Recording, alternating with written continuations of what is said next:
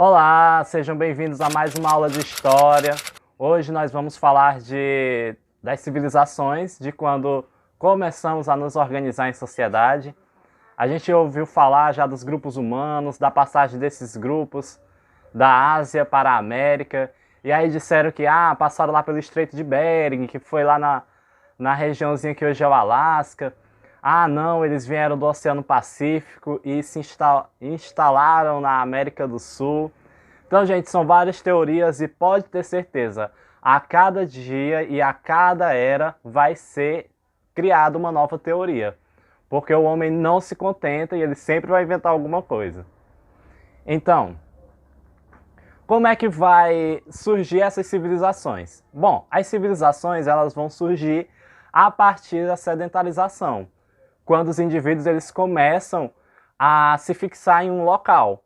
Então, se eles não têm mais a necessidade de partir para outras terras em busca de comida, de água, a partir de agora eles vão se localizar em um local, um ponto fixo, que ali eles vão plantar, ali eles vão criar e ali eles vão se organizar para que eles não precisem mais sair.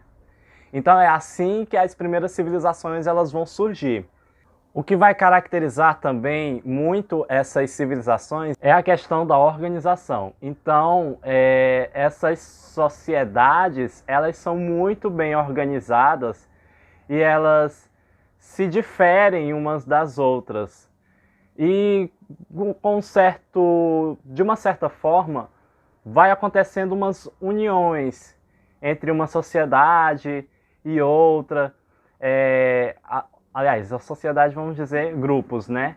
Entre esses grupos que eles vão se unindo, cidades vão se unindo e vão se tornando cidades cada vez maiores. Então não pense que era fácil para eles, naquele tempo, viver numa sociedade. Era muito difícil, era muito diferente. Eles tinham as suas próprias condições, eles tinham uma dificuldade, eles não têm a tecnologia que nós temos hoje, mas eles conseguiam se adaptar. E essa questão da tecnologia ela é muito importante também para a gente perceber que eles tinham um desenvolvimento muito grande também. O Egito vai se desenvolver. O Egito vai desenvolver muito bem muitas coisas.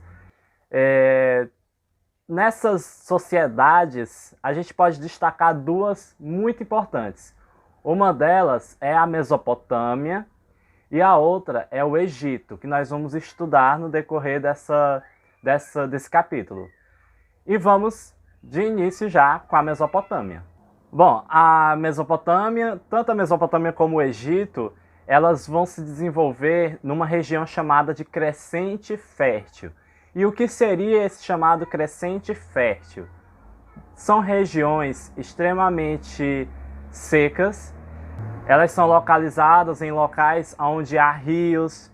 Então, principalmente no Egito, vai ter muita presença, essa força do rio em torno daquela sociedade.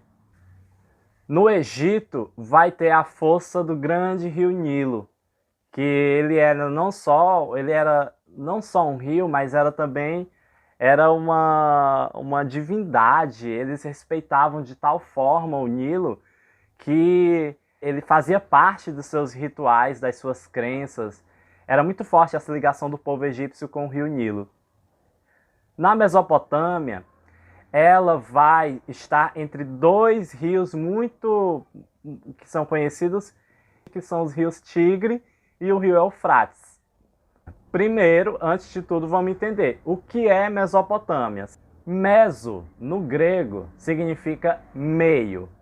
E pótamos, ou potamos, não sei, vai significar rios. Então, a gente pode entender que Mesopotâmia significa terra entre rios.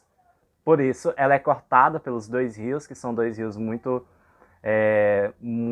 importantes para eles, e elas se desenvolvem. A principal característica, pergunta de prova, a principal característica dessas sociedades no início era a presença delas próximas aos rios, porque do rio eles podiam retirar a água para eles podiam fazer as plantações, eles podiam ali, naquelas plantações, eles iam fazer toda a questão da irrigação, os alimentos deles tinham mais qualidade. Então, era uma questão muito além do que a gente pode imaginar. O rio, naquele tempo, ele era muito mais importante do que ele é hoje. Aí você vai e pergunta, professor, e o rio não é importante hoje? Não, gente, não tô querendo dizer que o rio não é importante. Estou querendo dizer que a importância dele, a relevância dele nesse período era infinitamente maior do que nos dias de hoje. Então, para você ter uma ideia, a sociedade, elas se aproximavam disso, elas queriam, quanto mais próximas dos rios, melhor para elas. E o Egito e a Mesopotâmia vão se desenvolver muito bem em razão disso. Para você ter uma ideia, o Heródoto, nós já falamos de Heródoto, ele é conhecido como o pai da história. Ele vai dizer o seguinte: a maior parte do país é uma dádiva do Nilo, como dizem os sacerdotes. E foi essa a minha impressão. Lá no Egito, como eu falei, eles cultuavam, então o rio era uma dádiva. O que é uma dádiva? É um presente, é algo de muito importante. É como se os céus, os deuses, tivessem dado para eles de presente um rio e que ali eles poderiam se manter próximos e viver e construir um império, né? Porque o Egito foi tem toda uma história importante. E aí, como era essa organização econômica na Mesopotâmia? A dependência deles, como a gente já falou várias vezes aqui, eram os rios. E essa economia, ela dependia muito dessa produção agrícola. Então, havia a plantação de cereais, havia a plantação de trigo, havia a criação de animais. E, por exemplo, no caso do gado, eles não só tinham aquela coisa da questão da alimentação, como eles também podiam usar os animais para arar a terra. Eles usavam os animais também como meio de transporte. Então tudo isso era uma relevância muito grande. Era a estrutura econômica dessa sociedade. E como vai ser a organização político-social? Bom, o sistema de organização política e, consequentemente, social na Mesopotâmia vai ser por meio de hierarquias. E o que seriam essas hierarquias? Bom, as hierarquias são como se a gente fosse colocar uma pirâmide e a gente colocasse lá em cima uma autoridade maior e ao mesmo tempo que você vai descendo ali os níveis, vai tendo as classes mais baixas. Alguma coincidência com os dias de hoje? Não, coincidência não. Eu posso dizer que é história. Historicamente falando, as hierarquias existem e historicamente falando, as desigualdades sociais também existem. E como funcionava isso na prática? Lá em cima, nessa nossa pirâmide, vai ter o rei e ele era considerado chefe político, tanto político quanto militar e religioso. Então ele servia como ele tinha essas três funções. Ele era uma autoridade suprema, vamos dizer assim. Sim, ele era supremo. E aí depois vinham os seus subordinados. E quem eram esses subordinados? Bom, vamos começar pelos sacerdotes, que eles eram responsáveis pelas funções religiosas. E logo depois vinham os aristocratas, que comandavam os guerreiros e zelavam pelos interesses do Estado e do rei. E depois dessa escala alta, que tinha os sacerdotes e que tinha o rei, quem que vinha? Abaixo tinha a estrutura social, que era a mais inferior. Ali se encontravam os artesãos, os comerciantes, os pequenos proprietários de terra. Eles eram trabalhadores livres, mas que não pertenciam à aristocracia e ao círculo próximo do rei.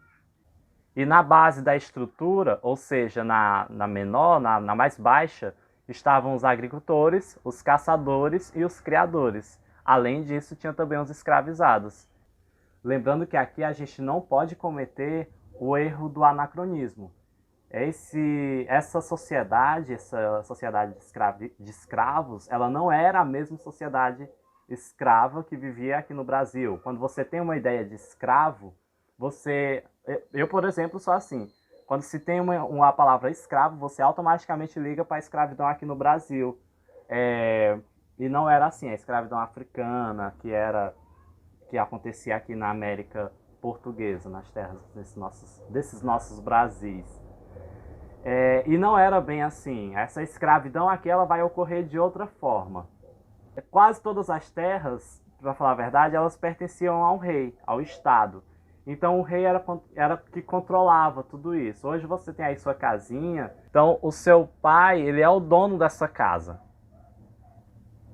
Na época aqui da Mesopotâmia não existia isso, o Estado era o dono. O Estado era o dono da maioria das terras. Então não os indivíduos, eles não tinham o direito à terra. E como era? Como era que havia o controle? Como era que eles controlavam essas terras?